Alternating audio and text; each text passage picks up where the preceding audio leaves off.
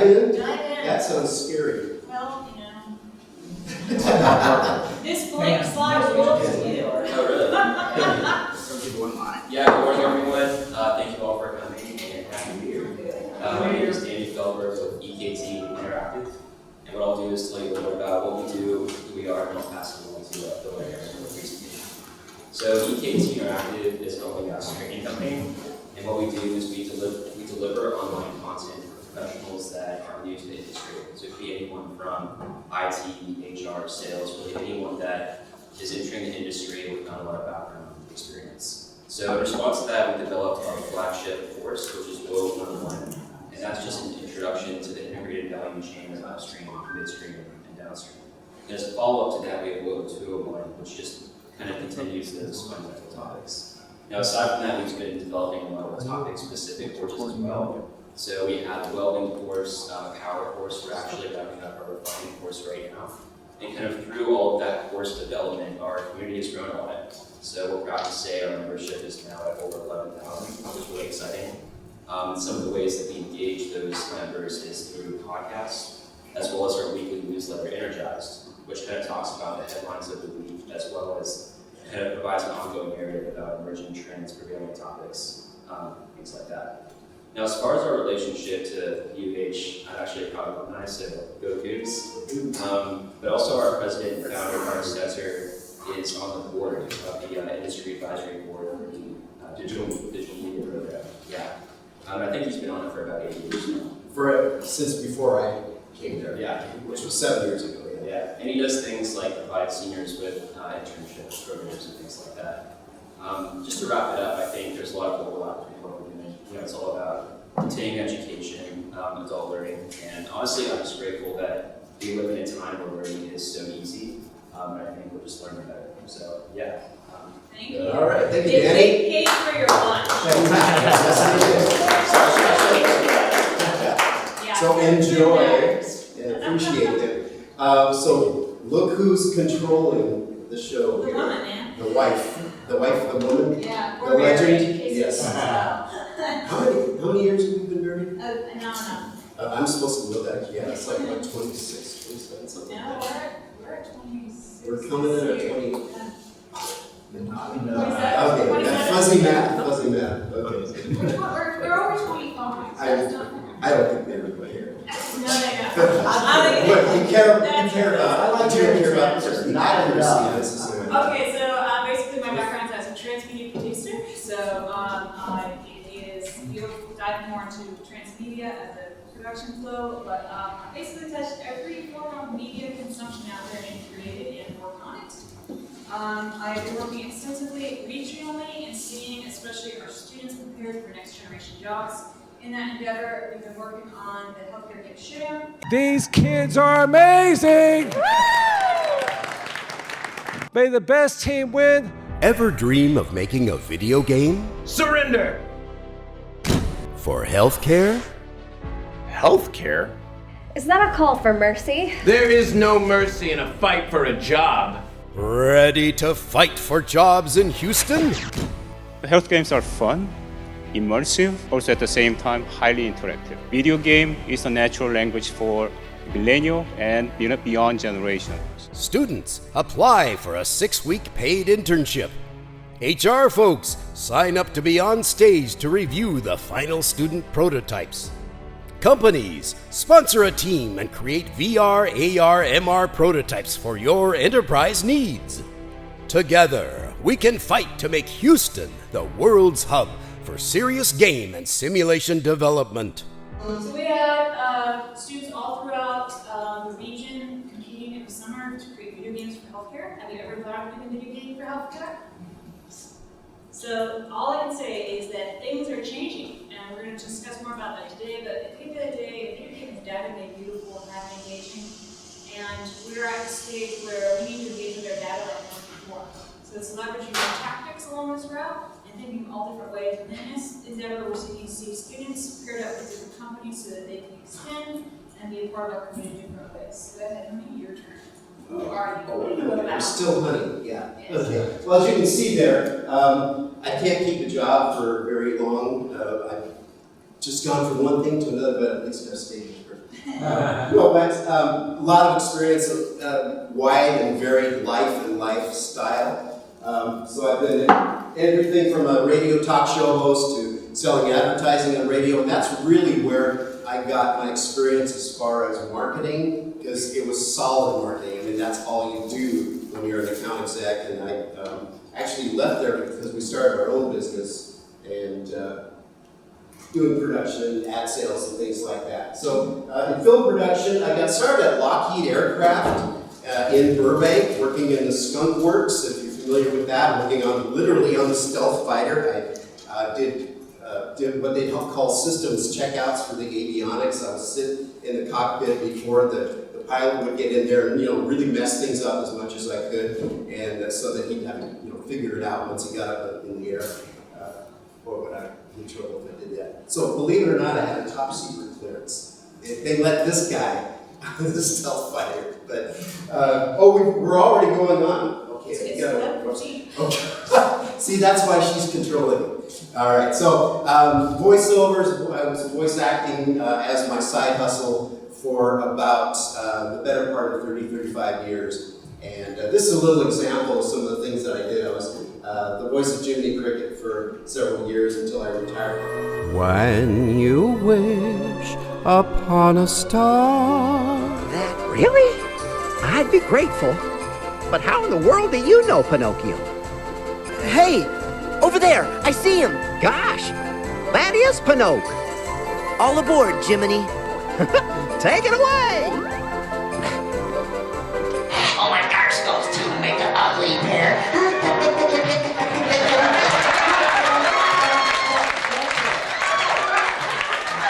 Unable to keep his main identity secret, the man of a million voices and personality disorders tries to maintain a low profile by day as voiceover actor Phil Snyder. Anyone can explore the pages of a book.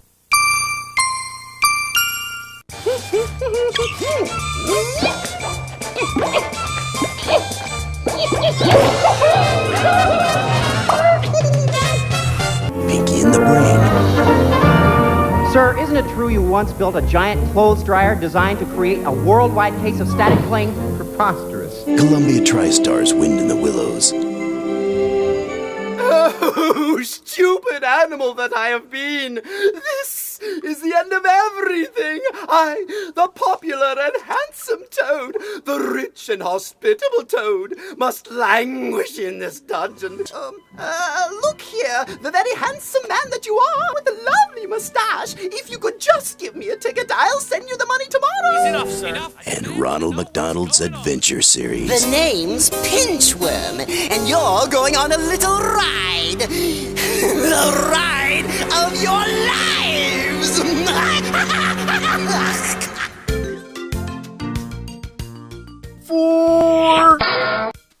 Rob, did you mean F-O-U-R as in the number 4? 4 times 11 is 44. 4 times 12 is 48. On a star, your dreams come true.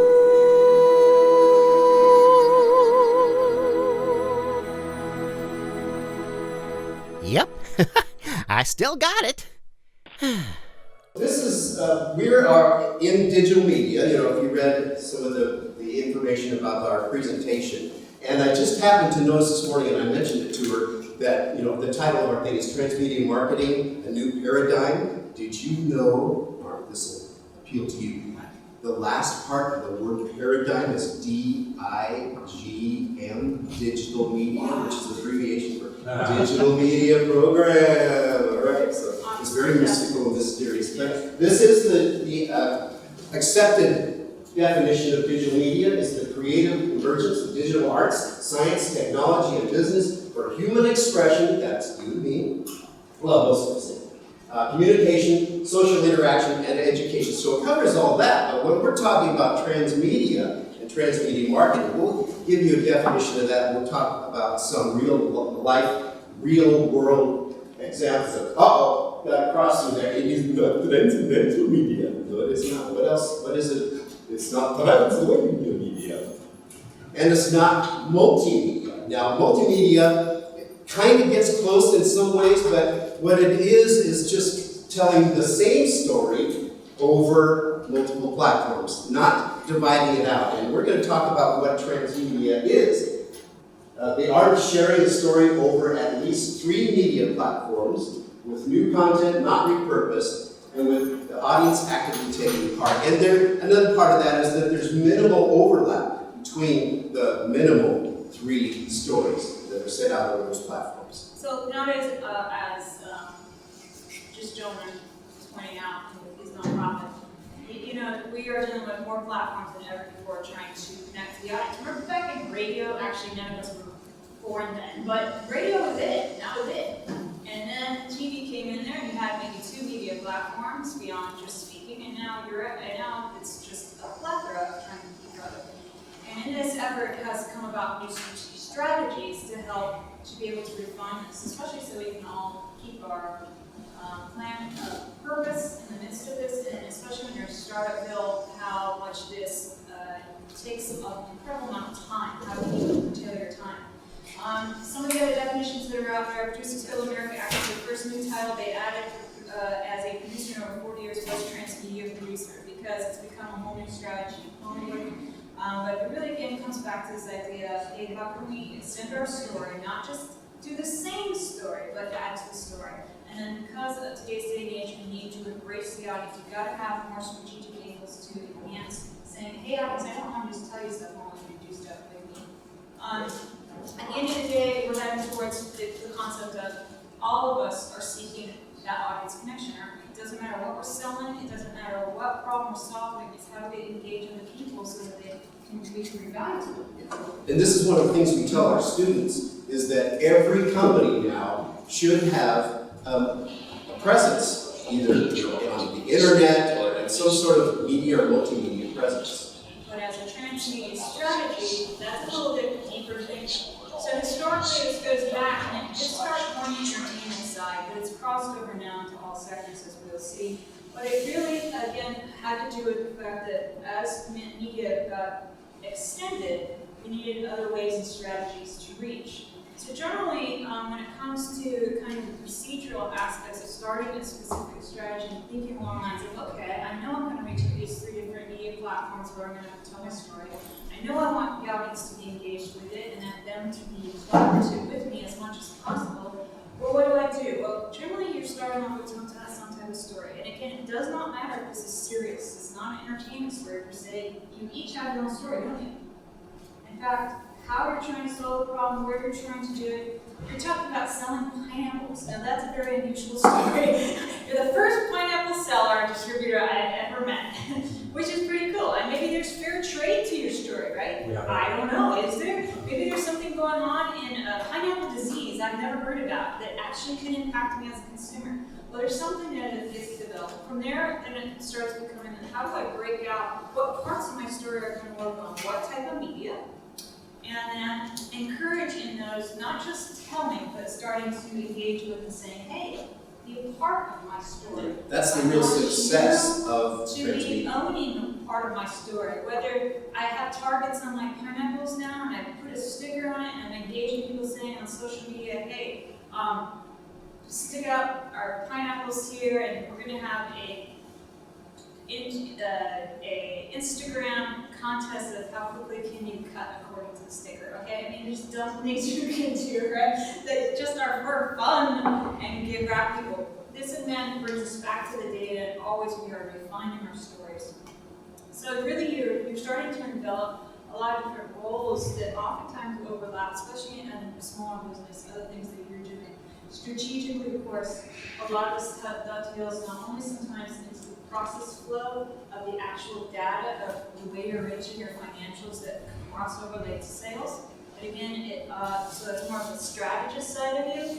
But then there's also the producer side of you, how you're going to see your story continue to be made, engaged with, and handled. And then, of course, there's the marketing side of you, which is just refining what is that actual story. Yeah, and actually strategizing and focusing like a laser beam on your target market. Now, one of the ways we to again help emphasize to people what transmedia means and help them break it down as Star Wars. So why don't you explain how Star Wars developed into a transmedia Well, brand? you can see under number one, we're talking about Star Wars started out as the film, right? And George Lucas, of course, was and is a visionary, a tremendous visionary, very, very creative. And so he started out with that. I don't know, I haven't read anything about what his plans were for the future, if it was before the word transmedia was coined, whether he had thought about other avenues, but right away at the very beginning, he retained the rights for ancillary products, such as the models for the aircraft and for the spaceships and for the characters and things like that, which is where he made most of the money, by far most of the money. And 20th Century Fox, of course, they had the rights originally for the films, but then he went on and added different other things like novels, graphic novels, animation, and live events. They have cosplay and things like that, and that's big business. And on and on and on. There's so many different ways that Star Wars websites and all kinds of other games and things like that. And Added to the story. Added to the story. Books are That's not the the point. same as the films. Right. Notice the TV show. If you watch anyone watching Mandalorian, Yes. that's completely different than the films. It has nothing to do. It's just the same story, but they added to the story. So again, different platform and an additional add. Right. So it's come to be known as the Star Wars universe or the Star Wars galaxy. All these different well-known planets and areas where the different stories have taken place over the years, from the graphic novels, mixing them with the films and with other TV shows and spin-offs. And now we actually now have an official Transmedia Producers Bible, because as you can imagine, it's gotten so complex that anyone who takes on a part of it has to know what part they're taking on and how they're either adding or changing their entire story brand. Yeah. So this we're talking about from a meta perspective. Yeah. Now let's and bring it entertainment. to a Right. marketing perspective, because this is back to where most of us reside. And that has to do with, so I did a whole marketing campaign for Games in Houston, where the whole construct was how do we encourage Americans' vision to bring technology and media jobs. Now this is where it crosses over into the world of video games. And when you talk to government officials as my target market, as you can imagine, government officials don't exactly go, yay, video games. They're kind of like, well, not public. okay, unless they're very young. Yes. They're like, yeah, why aren't we Austin Bills? It became, okay, how do I reach my target market of government officials in a holistic way? So what are some of the media platforms where I know I can reach them? I have to treat them like an executive that has hardly any time. I have to give them pertinent issues, so I created and constructed a highly graphical, full-on economic report, but that wasn't your traditional PowerPoint. It was very beautifully magazine quality design, so that if they wanted to read through, they had that option. Then I added to the story and said, I'm going to get all their constituents. If they like watching videos, guess what? I shot a whole bunch of it. I shot 52 different interviews and edited them down into succinct ways so they could spend a maximum of 4 to 6 minutes on a succinct area that they could then watch the video. And I said, you know what, I want to make sure it's all on the website to house all this. So the website had even further information and strategic links. So if they handed this off to one of their lay people who generally does the work, then that person had everything that they needed that added to the story. And then I said, hey, you know what, let's invite them to lunch. So then we had a whole luncheon and a special tour that they could take at one of our top video game studios here in town. So it became, as you can see, more than one media, right? And I kept adding to the story that met their specific needs and encouraged them to then not only watch, read, but also participate depending on how they wanted to be involved. I gave them that specific element. So it was all integrated, but with a transmedia marketing strategy from take one. So again, stories heavily leveraged here. We all have a story. You all have a problem that you're solving. You can always start there. What's my problem? What am I solving? We all do this in our businesses, period, to define ourselves and to easily give our elevator pitches. But then it comes into something a little deeper. How do we involve you? Today I'm actually in the middle of working on an augmented reality presentation, because we're going to be heading there very soon, where you should be able to start at minimum holding up your phone and starting to engage with it. You're already doing that sometimes when you're just taking snaps of my slides, right? Well, the next wave of presentations is going to be augmented reality. And I'm right in the middle heading towards this right now. Simpler ways to help non-coders, from my students on over to people like you, be able to add in a more 3D holistic way to engage. So it's not just me talking and just me watching, but also more ways that you can be involved. And of course, leveraging 3 or more media platforms. When you think of Tom's Shoes, most of you are familiar with this brand. Anyone not know Tom's Shoes? Okay, so Tom's Shoes it's a company that does make shoes, but it all started from the vision of when you buy a pair of our shoes, we will also donate a pair of shoes.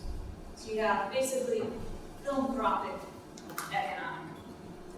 And in this, it's why they involve the audience and say, hey, take a picture and we're going to start adding you to our story, right? And you can help show how you helped alleviate poverty somewhere else. By shooting a photo of your shoes and tagging it so we can then tell the world how amazing you are. There's nothing that says, again, any of you, that's a fairly simple way to engage the audience now, isn't it? Social media, as much as it's been a pain time-wise in certain areas, it also has been a very effective way to immediately say, hey audience, here's a way for you to involve yourself with us. As long as you come up with something that's clever, that makes sense, and doesn't require a lot of time. That's usually where we're heading for that. The whole Budweiser campaign with the whole Budweiser horses, that was very interesting. This kind of was a fluke, actually. It started as a fluke, but people love the horses, right? And they wanted a way to tell the world they were tuck up picture with the horses in the background and stuff like that. So they started their own Instagram. Who would ever guess that? Because it's not really beer selling, is it? But it was a way to involve the audience, and it was a deeper methodology. And again, heading towards augmented reality right now. Tilt Cloud just had a conversation with the founder. This tabletop gaming, now she built this with the idea of families and friends gaming together, but of course as soon as I saw that, I'm like, my God, I'm creating my first major sales presentation on this, because I'm no longer separated by a screen with this anymore.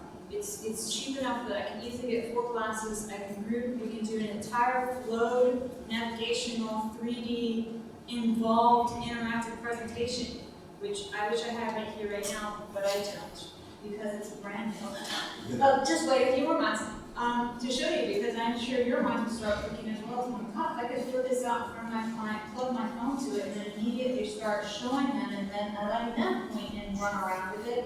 How many more conversations can start being involved with that, right? And where could you go with this? Yeah, so all those things are animated there on the table. And if you think of that game where they were playing with Star Wars and the little characters jumping around and slicing each other. It's now for real. Yeah, it's for real. It's now for real. Yeah, okay. Well, yeah, we'll talk a little bit more about what transmedia is used for. Of course, entertainment, we already covered that. Education, training, and marketing. And we're using multimedia and transmedia in education, and we'll talk a little bit about transmedia marketing as far as what it is, and as far as the marketing and the storyline. You've got the storyline, which is like the spine of the whole thing that holds it all together, and then you have the media, the audience participation, kind of interacting back and forth, weaving back and forth. So when you're developing your campaign. Yeah, that's the process of the pipeline of putting the campaign together. So this is the part, again, notice how strategy is very, very critical here, and which is hugely why we hit on the students on this a lot. Of course, that's the part they hate. How many of us really love research? Like, we really, really love it? Well, it depends on the subject. That's okay. Probably. I love research. I can spend way too many hours with facts and research, but most people, they don't, because that's hard work, isn't it? It's hard to find what are my numbers and go through all this freaking data to find the point that I want, hence why we all want AI to do workforce, etc. But it's to find those key points allows us to know where to touch, correct? And that's where it can be hard to figure that out and to weave that in. But it is a critical part to what goes into it. And then as we're heading into interactivity, this is where research is really intriguing. So Dr. Petrino, we worked with him during the Healthcare Game Showdown. He had one of the teams with Mount Sinai Hospital Abilities Research Center. He has all these facts. Now, his focus has been stroke rehabilitation in folks who lost limbs. Very serious stuff, right? Yeah. Things that you would never say, I need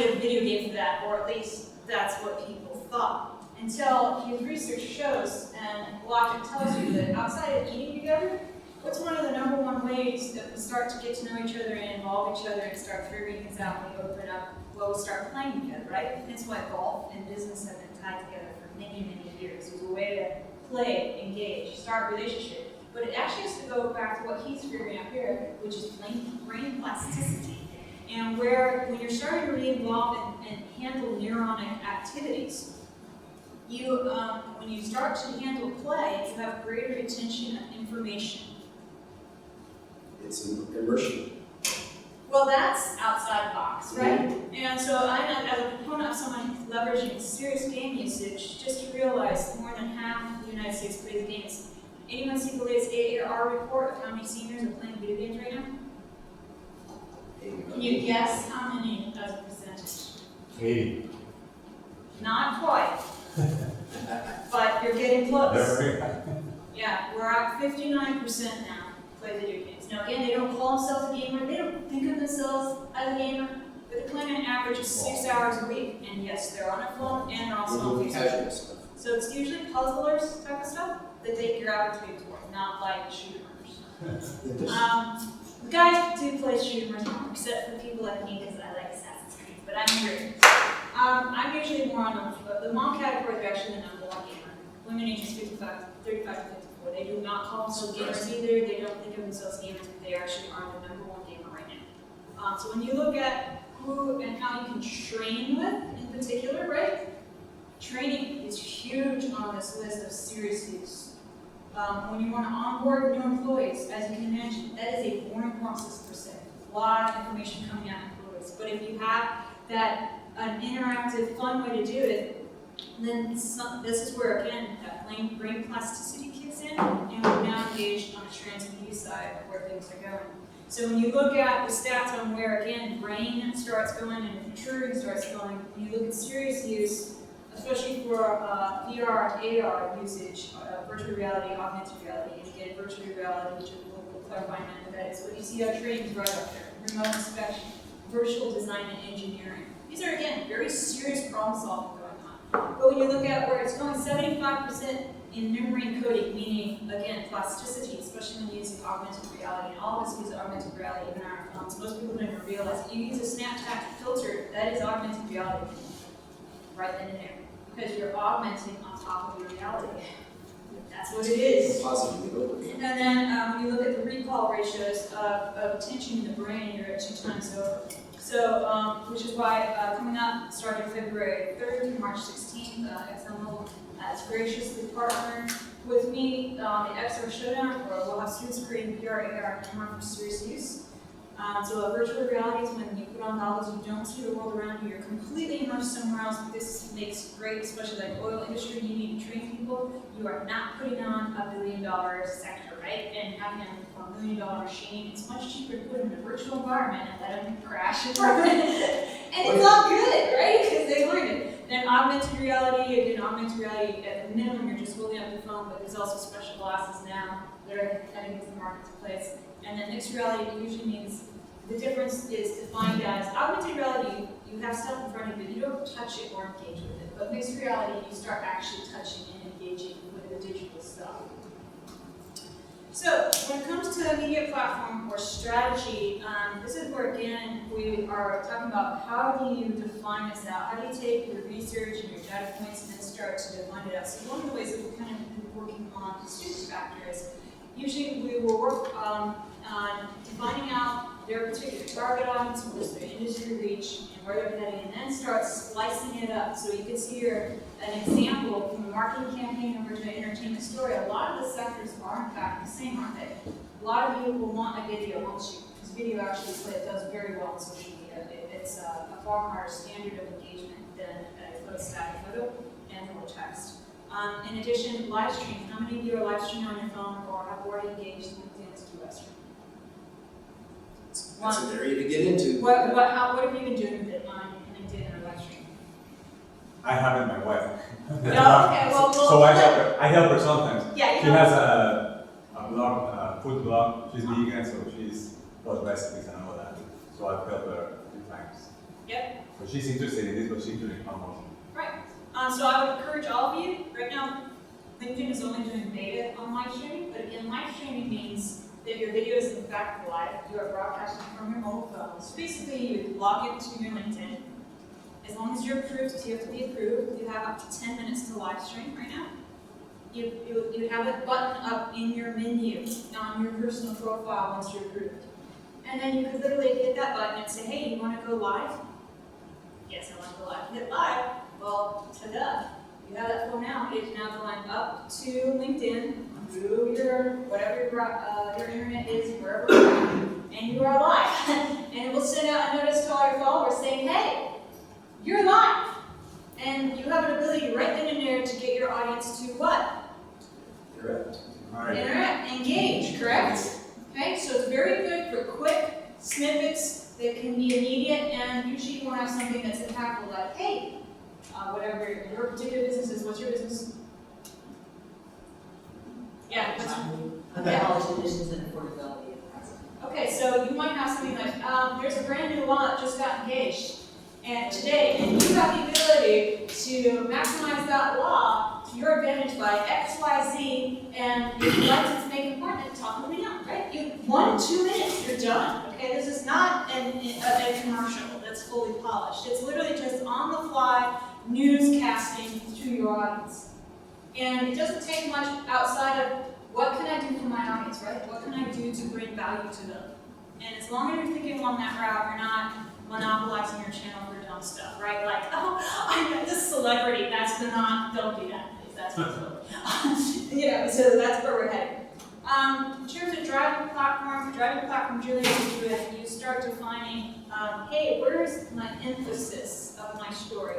Because yes, there's all these parts, but especially when you're in a smaller company, can you really handle all those social media accounts? I actually usually tell people, do not get more than 1 to start, especially now, because you pay for basically everything. You know, there's no longer anywhere the ability to get an audience for free. It just doesn't happen. You pay to be found. And it's if you think you can still be found by putting cool stuff up, you're wrong. It's all the ball has tipped against all of us. And so this is where you've got to be very strategic. Like, you know what? If all my leads are pretty much B2B, what's your #1 social media platform? Can you guess? Can you repeat it again? What's the #1 social media platform if all your clients are B2B? LinkedIn. Who said LinkedIn? Okay, you're all right. Yes. Some of you were thinking it. Some of you were thinking it, yes. LinkedIn. That's it. Pretty much they own the game. Why is that? B2B. Because it's all B2B. And you have the ability to immediately reach out to the exact qualification of the people that you want. You will not find them on Facebook as easily, or they don't want to be found on Facebook because they consider that their personal domain. Don't touch me there. And secondly, of course, if you're talking about any millennials, they're not on Facebook, okay? And, yeah. They're like gone.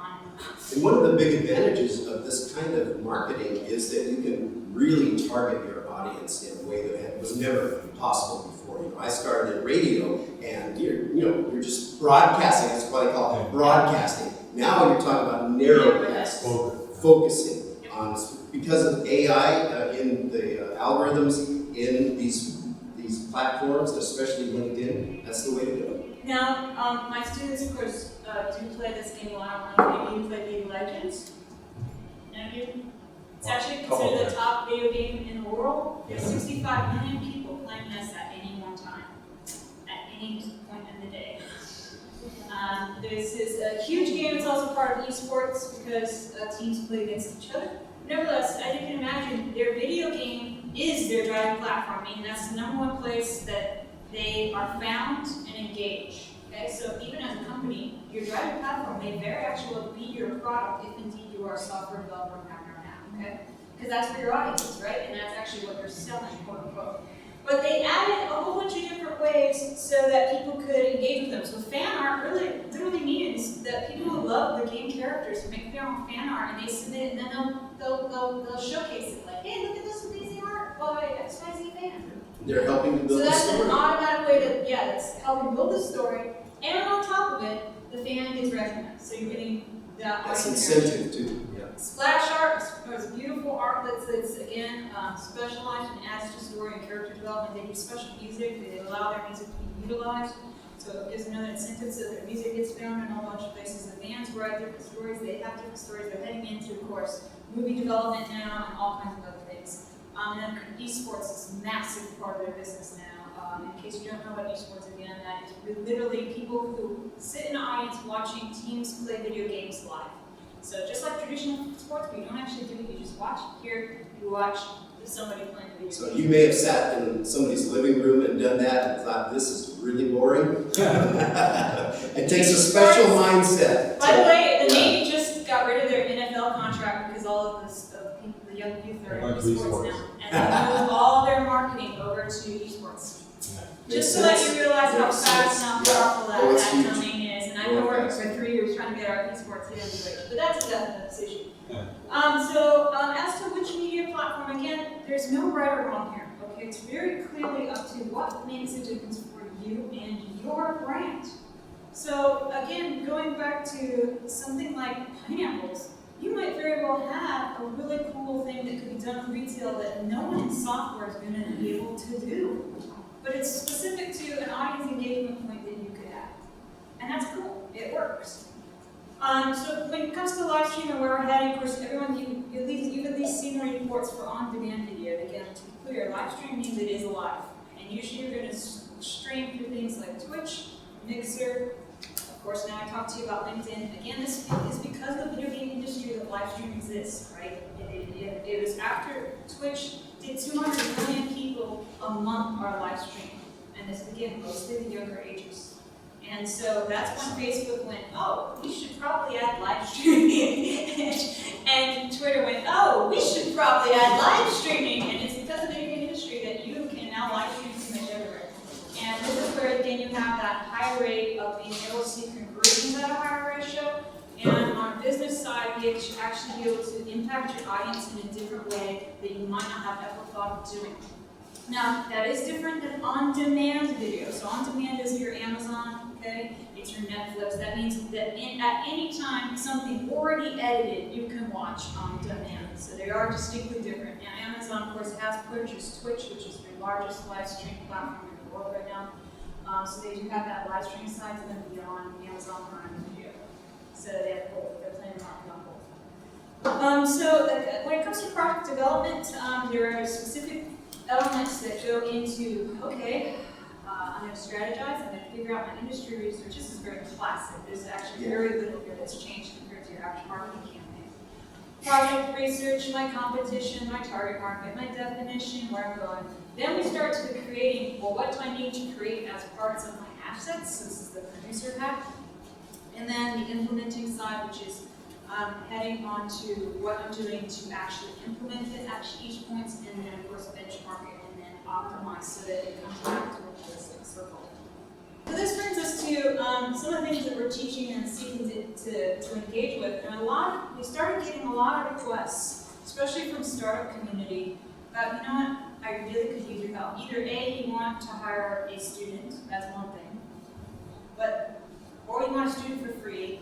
That doesn't really happen, by the way. Students are swimming in debt, okay, and they don't have parking anytime. So it's very rare now you can get students for free. And rightly so. Rightly so. If they're good enough to work with, meaning they actually are producing something of quality, they deserve to be paid. Having said that, we started seeing this trend, and we as professors, we were first hit up on stuff like this. So this is where we started a program. My husband is helping to run. I'm the program coordinator for our TransMedia Marketing Online Certificate Program. And these, as you can see, are our target. We're focusing specifically on these target markets: small business owners, freelance creatives, mid-level marketing professionals, and creative professionals, which many of you undoubtedly are, at least fitting in one or more of those categories. So, and you might have noticed as we came into that there's that little R next to transmedia marketing. We're the first one. We created that term, and we were able to get a registered trademark from the U.S. Patent and Trademark Office, which is, it's very cool because we own that term. And so here we have, in fact, if you look at the far right there, you'll recognize this fellow. Right He's sitting over right there. over there. That's Mark Harper. And he teaches data mining. We've got a little video of each of us that we won't make you sit through the whole thing, but it kind of gives a little introduction to it. Plus, we have little snippets. Would be snippets and samples. I love snippets. But so we'll be showing you a little bit about that. So we got, it's ideal for mid-level, like we're talking about, marketing professionals. And we have 4 courses right now that we're showing. We'll show you little bits of those. These are specifically curated. What we did is we said, look, what most people need is you need someone to kick your butt. That's what we're there for, to say, look, you can do it. If you have questions on the fly, it's all online. It's specifically generated so that you walk away with, if you completed the work, you could actually do it. Yeah. And you're guided along the way. So it's not just to learn for learn's sake, it's to learn so you reach an objective sake. None of us have extra time, dear God. It's our worst enemy. Yeah, so, kicking butt over online, that's hard. But we're learning. But no, it's to know, look, every single week you got your check-in, every single week, hey, is there issues? I'm stuck. Where do I go with this? How do I actually maximize this as I'm learning? So where we did it is $650 per course. It's like the cheapest way you can get to an objective. And then you actually walk away with a certificate, which is pretty cool. If you take if you get all 4 courses, you get a discount of $200. Yeah, programs. Yep. We mixed in some award-winning instructors as well, because that's just cool. And yeah, we got our next term is starting on January 27th. So this is basically like, you've heard some good ideas, you want to implement said ideas, but now you want to get to said objective. Again, it's always easier said than done. So we've broken it out. Yeah, and if you were to want to visit it, I've got my card with me, but you just Google UH TransMedia Marketing, and it'll take you there. Or Digital Media TransMedia Marketing, you'll find it. And so it breaks down. Go ahead. Yeah, so course load wise, there's a lot of actually just doing, as you can see. But then there's also presenting, because this way you bounce off your fellow course recruits just on your own particular objectives.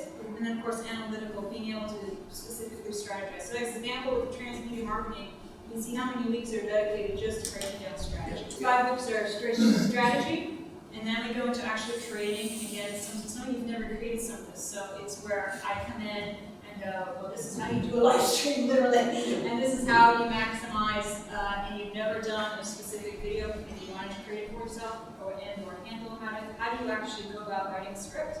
Many people have never actually sat down and wrote a script to hand off to see either someone else to do or understood how to reach out to the objective. Similar as the me, yes. Right, writing a script, he's got written a script. And then actually being able to get so you actually could create, it's created so that you can implement. It'll stretch it. It'll stretch it that way. So in TransMedia Marketing, it literally is at the end of this, you should have a campaign that you can run as you see fit. Again, with the objective that you are handling it and hope someone on your team is actually Yeah, if you're self-employed, if you've got your own company, or if you're working for another company that is looking to expand and you're using TransMedia Marketing, then you just plug that right in. It's kind of a plug-and-play thing. You can go online and watch a video. Yeah, well, why don't you just play a little bit of it so you get a flavor. Hey, I'm Karen Snyder. Today's marketers require new tactics to craft their message to best reach and retain an audience. Are you ready to leverage the power of data to provide insight into which content is the most useful at each stage of a sales cycle? Mobile live streaming and on-demand video watching has radically changed how marketers can reach an audience.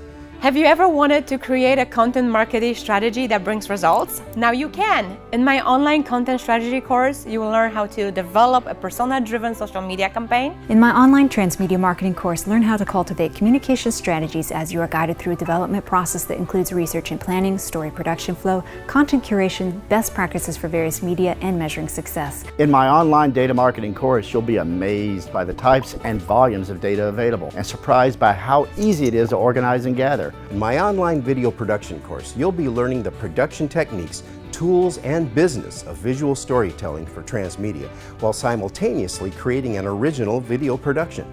Award-winning content marketer Skylar Moss will be joining the class. 3-time Emmy winner Michelle Fitzgerald will be joining the class. Clio Award-winning TransMedia marketing veteran Andy Merkin will be joining the class.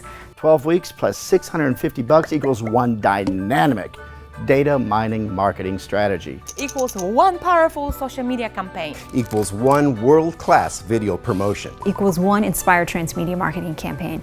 Join us and unleash your marketing power.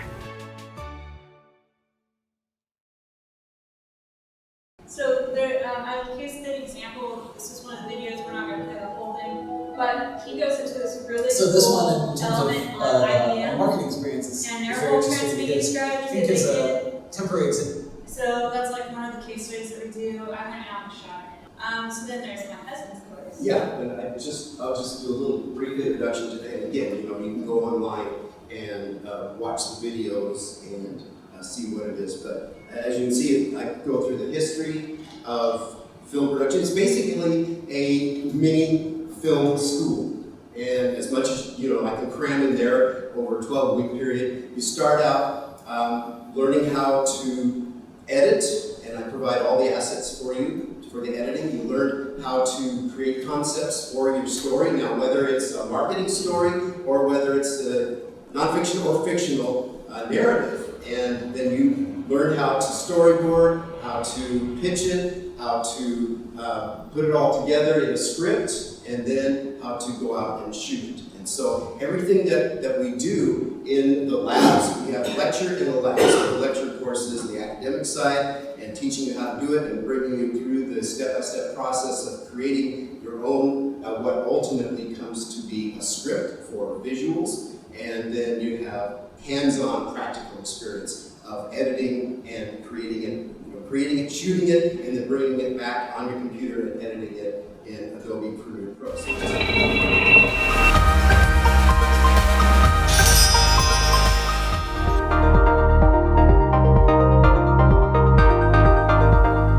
Hello, and welcome to this, our first in a series of film and video lectures.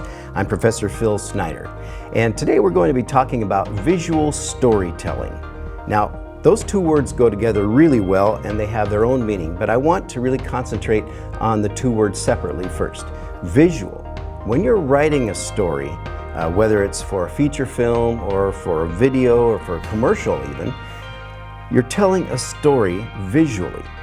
Amaze your friends and family? Well, let's go ahead and play through it and see if everything looks good.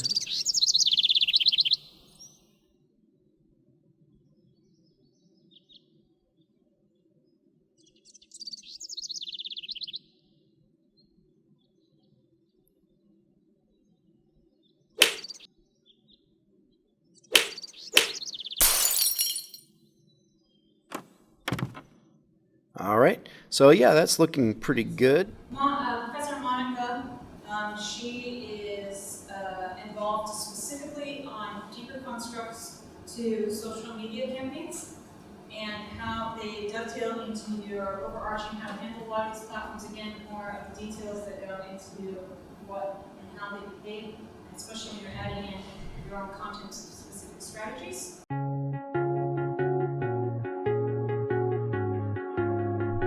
As you research content strategy and content marketing, you may find the two terms are used interchangeably. That is why I want to make it clear now that they are not the same thing. They are similar and there is a lot of overlap, but they come at content from two different perspectives. We have our lovely Mark Hargrove. Mark, you want to Lovely, talented. Yeah. So lovely. Yeah. And talented. 90% of the data available in the world today has been created over the last 2 years. We find ourselves in the age of big data, but what does this mean exactly? Big data analytics is the study of huge amounts of stored data in order to extract behavior patterns. These data are characterized by the high speed they are being generated with, the huge volume they represent, the immense variety of typologies they encompass, and the degree of veracity they own. Behind the scenes of all this, there's marketing. You have to find the right audience, and they talked about that multiple times. You've got to be able to understand who they are, and then you have to find them. And all of you have been part of a program over the last 10 years that you might know you're aware of being part of, but you may not. Data has been collected massively on you. Over the last 10 years, more data has been collected than over the entire existence of mankind. And that's all because you freely, in most cases, give it away in all the activities that you do. So you have to understand who your audience is, and the way to understand the present day audience and to predict how the future of that audience is going to react to the marketing programs that you're going to provide through this course, you have to understand history and data, whether or not it was collected this morning as you drove over the I-10 freeway or through a toll booth, it was collected on you, or if you checked your phone, or if you participated in a TransMedia marketing program, hopefully data is being collected on you by the program you participated in, and the program that you create will also be collecting data that you will use in your future marketing campaigns.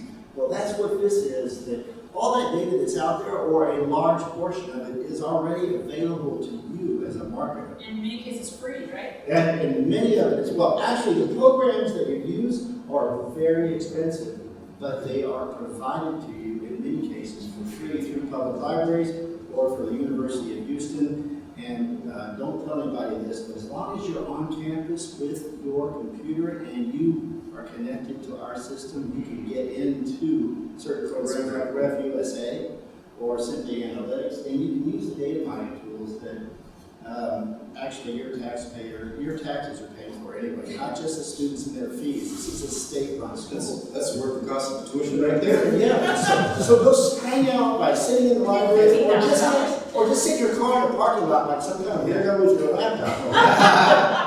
But thank you. So at the end of the day, yeah, it's all about continuing to be the ultimate communicator.